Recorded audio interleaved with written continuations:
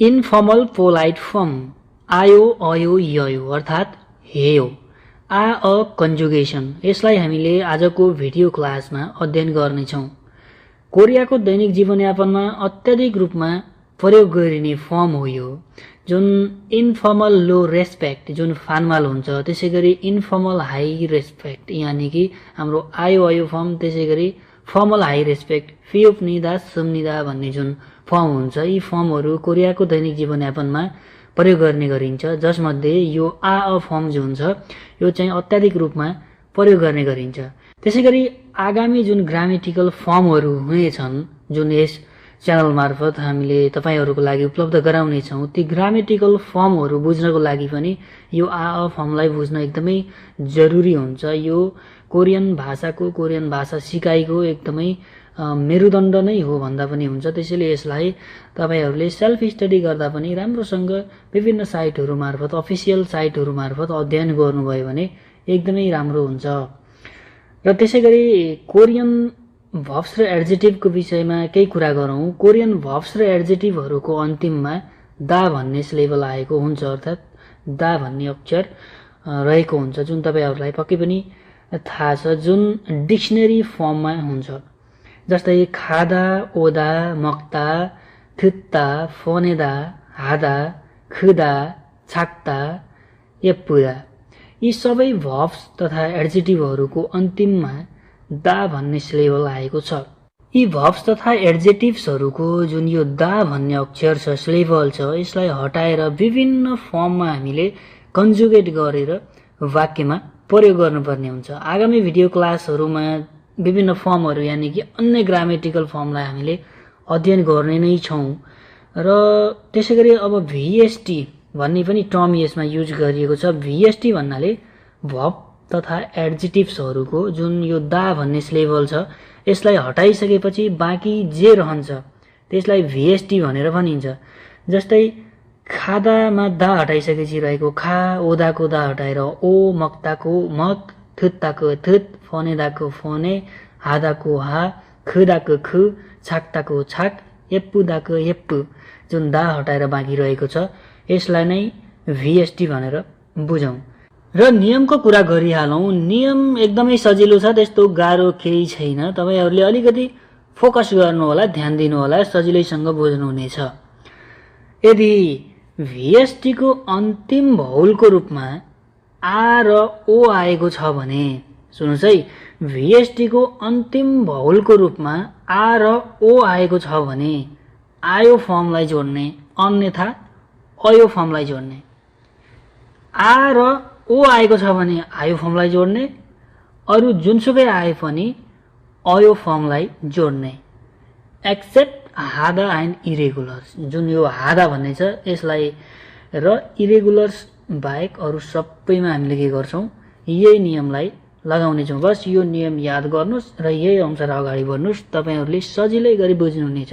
यही मेसोमा इरेगुलर्सको पनि कुरा गरिहालौँ। जस्तो थिगुत इरेगुलर्स भन्नाले थुत्ता, खत्ता, सित्ता, मुत्ता, यी शब्दहरूमा यी भर्ब्स एड्जेक्टिभहरूको अन्तिममा के आएको छ, थिगुत भन्ने जुन यो लेटर छ, सिलेबल छ, यो झुन्डिएर आएको छ फाच्छिनको रूपमा।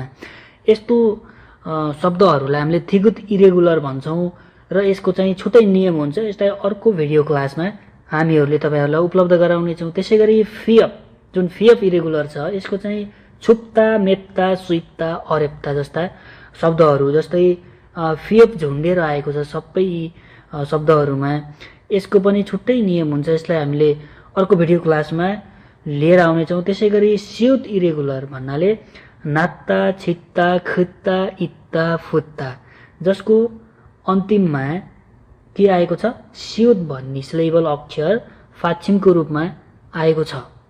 त्यसैगरी हिउत भन्ने हेरिहालौँ। हिउत इरेगुलरमा स्पेशल्ली यो हाम्रो कलरसँग सम्बन्धित, रङहरूसँग सम्बन्धित शब्दहरू र अन्य केही शब्दहरू पर्ने गर्दछन्। जस्तै पालगात्था, नोरात्था, फारात्था, हायात्था, कामात्था, त्यसैगरी इरत्था, खुरत्था, छरत्था, अत्तत्था लगायत केही शब्दहरू यो इरेगुलर्समा पर्ने गर्दछन्।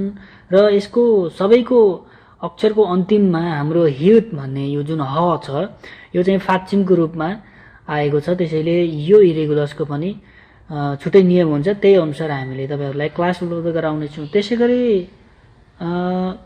भन्ने इरेगुलर छ जुन एपुदा, फापुदा, आफुदा, सुल्फुदा, खोपफुदा, त्यसैगरी खुदा, कुदा, तुदा, जुन यो हाम्रो दा भन्ने सिलेबल हटाइसकेर VST को अन्तिममा जुन भन्ने भाउलमा इन्ड भएको छ, यसमा पनि विशेष नियम लागू हुन्छ। त्यसैले यसलाई इरेगुलर भनिएको।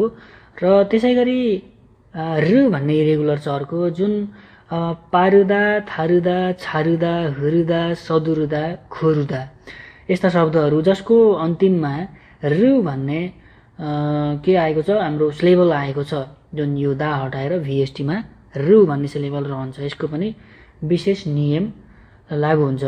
त्यसैगरी अर्को छ रियल इरेगुलर भन्छ यसलाई, जस्तो खल्दा, साल्दा, मान्दुल्दा, फाल्दा, फुल्दा, यो VST को अन्तिममा हाम्रो चाहिँ रियल फाच्चीमा आएर बन्ने चाहिँ जुन शब्दहरू छ, यो चाहिँ फर्ममा चाहिँ यसले असर नगरे पनि अन्य विभिन्न फर्ममा यसको धेरै प्रभाव रहन्छ। त्यसैले यसलाई इरेगुलर भनिएको। त्यस्तो गाह्रो छैन, तपाईहरुले चिन्ता नमान्नु होला, फोकस गर्नुस्, ध्यान दिनुस्, सजिलै गरी बुझ्नु हुनेछ।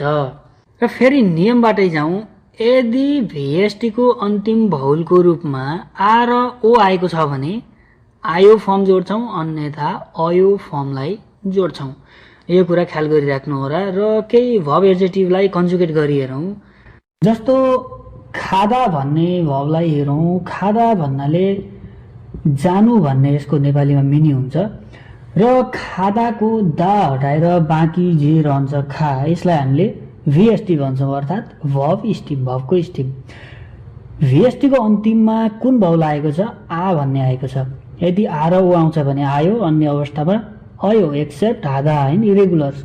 यहाँ हाम्रो के आएको छ? आ भन्ने भाउल आएको हुनाले हामीले आ योलाई जोड्छौं र यसको कम्बिनेसन के हुन्छ?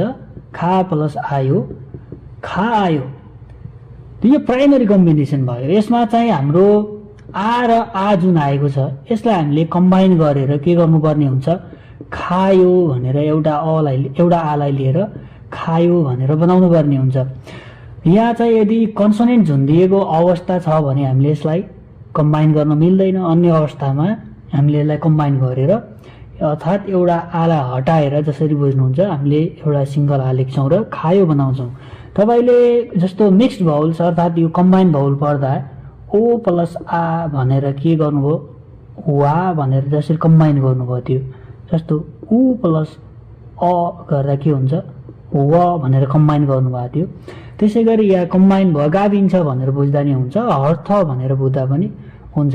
र यो खायो बनाइसकेपछि जानुबाट जान्छु, जान्छ, जान्छन्, जानुहुन्छ भन्ने अर्थमा यसलाई प्रयोग गर्न सक्छौं। त्यसैगरी अर्को भावलाई हेरौं त, मक्ता। मक्ता भन्ने यसको नेपालीमा के हुन्छ? खानु भन्ने यसको अर्थ हुन्छ है त। खानु भन्ने यसको अर्थ हुन्छ। र यो मक्ताको दालाई हटाएर बाँकी जे रहन्छ मक, यसलाई हामीले VST, भर्बको स्टिम भनेर भन्छौं। र VST को अन्तिम भाउलको रूपमा के आएको छ? यहाँ हाम्रो आएको छ अ भन्ने भाउल आएको छ। यदि अ आउँछ भने हामीले के गर्छौं? अयोलाई जोड्छौं, एक्सेप्ट आ र ओ। आ र ओ बाहेकको भाउल छ भने पछाडि हामीले अयोलाई जोड्नुपर्ने हुन्छ। यो अवस्थामा हाम्रो के हुने भयो? मक प्लस अयो, म गयो भनेर बन्छ। र यहाँ हामीले खायो मलाई चाहिँ एउटा कम्बाइन गरेर हटाएर खायो बनाएको थियौं, तर यसमा हाम्रो कन्सोनेन्ट झुन्डिएको हुनाले यसलाई हामीले गाभ्नु मिल्दैन, अर्थात कम्बाइन गर्नु मिल्दैन। त्यसैले म गयो नै हाम्रो फाइनल कम्बिनेसन हुन्छ। म गयो भनेको खान्छु, अर्थात खान्छ, खानुहुन्छ, खान्छन् भन्ने अर्थमा प्रयोग गर्न सक्छौं। त्यसैगरी अर्को छाक्ता भन्ने भावलाई हेरौं। छाक्ता भन्नाले छाक्ता भनेको एडजेक्टिभ, विशेषण हो, भाव होइन। सानो, सानो हुनु, सानो हुनु यानि कि साइजमा, आकारमा सानो हुनु भन्ने हुन्छ। र यो छाक्ताको दालाई हटाइसके पछाडि जुन रहन्छ छाक, यसलाई VST, अर्थात यसलाई एडजेक्टिभको स्टिम AST भनेर बुझ्दा अझै राम्रो होला। AST अर्थात VST नै भनौं। त्यो जुन हाम्रो आमा इन भएको छ, यदि आ र ओमा हुन्छ भने आयोलाई जोड्छौं, प्लस आयो गराउँछौं, अब यसमा के हुने भयो फाइनल कम्बिनेसन छाग प्लस आयो छाग आयो अर्थात् सानो छ भन्ने अर्थमा प्रयोग हुने भयो। अब यसमा पनि हामीले आ र आलाई कम्बाइन गर्न मिल्दैन किनभने यहाँ कन्सोनेन्ट जुन दिएको छ त्यसैले यो नै फाइनल कम्बिनेसन हुन्छ। र अर्को पनि एउटा भव हेरिहालौँ जस्तो मासिदा एकदमै सामान्य भव छ। मासिदा भन्नाले पिउनु पेय पदार्थहरू लिक्विड चिजहरूलाई पिउनु भन्ने हुन्छ र यो मासिदाको दा भन्ने हटाएर बाँकी के रहन्छ हाम्रो मासी भन्ने रहन्छ। यसलाई भिएसटी यो भव हो भिएसटी भनेर बुझौँ र भिएसटी को अन्तिम भवलको रूपमा के आएको छ ई आएको छ। यदि आ र ओ आयो भने आयो अन्य अवस्थामा के गर्ने अयोलाई जोड्ने एक्सेप्ट आधा एन्ड इरेगुलर्स मैले भनिसकेको छु। र यसमा पनि हामीले के गर्छौँ प्लस अयो गर्नुपर्ने भयो। त्यसैले हाम्रो के हुन्छ त भन्दा मासी अयो भन्ने हाम्रो के भयो प्राइमरी कम्बिनेसन भयो हैन। यो प्राइमरी कम्बिनेसन भयो। अब यसमा हामीले के गर्छौँ यो ई र अलाई हामीले कम्बाइन गरेर हामीले के गर्छौँ भन्दा मा स्यो भनेर बनाउँछौँ। यो ई र अलाई कम्बाइन गर्दा य भन्ने कम्बिनेसन बन्छ। यसरी चाहिँ मास्यो गराउँछौँ। यदि कन्सोनेन्ट इन्डिङ छैन भने हामीले कम्बाइन गर्छौँ। कन्सोनेन्ट इन्डिङ छ भने त बातै खतम भइहाल्यो। यो पिउँछु पिउँछ पिउँछिन् पिउँछन् पिउनुहुन्छ भन्ने अर्थमा प्रयोग गर्न हामीले सक्ने भयौँ। त्यसै गरी अर्को एउटा भावलाई पनि हेरौँ जस्तो किदा भन्ने छ। किदा भन्नाले घुचार्नु लगाउनु भन्ने पनि त्यसको अर्थ हुन्छ। जस्तो किदा किदा भन्नाले घुसार्नु यानि कि लगाउनु। यो औँठीहरू पन्जाहरू हातमा जुन यो घुसारेर लगाइन्छ यसलाई चाहिँ किदा भन्ने अर्थमा प्रयोग गर्न सक्छौँ। अब मैले पन्जा घुसारेँ भनिन्न नि त पन्जा लगाएँ भनिन्छ त्यसको अर्थमा लगाउनु भनेर आएको। र यो किदाको दालाई हटाएर हाम्रो भिएसटी के रहने भयो कि रहने भयो। अब यो किमा अन्तिम के आएको छ अन्तिम भौल ई आएको छ। त्यसैले हामीले यसलाई अयो जोड्नुपर्ने भयो र अयो जोडिसकेपछि हाम्रो के हुन्छ कि अयो हाम्रो प्राइमरी के भयो कम्बिनेसन भयो। तर यहाँ कन्सोनेन्ट केही पनि इन्डिङ छैन भनिसकेपछि हामीले के गर्छौँ त यो ई र अलाई कम्बाइन हुन्छ। कम्बाइन गरिसकेपछि के हुन्छ कि अयो भनेर बनाउनु पर्ने हुन्छ। अर्थात् लगाउँछु लगाउँछन् लगाउनुहुन्छ भन्ने अर्थमा यसरी प्रयोग हुन्छ।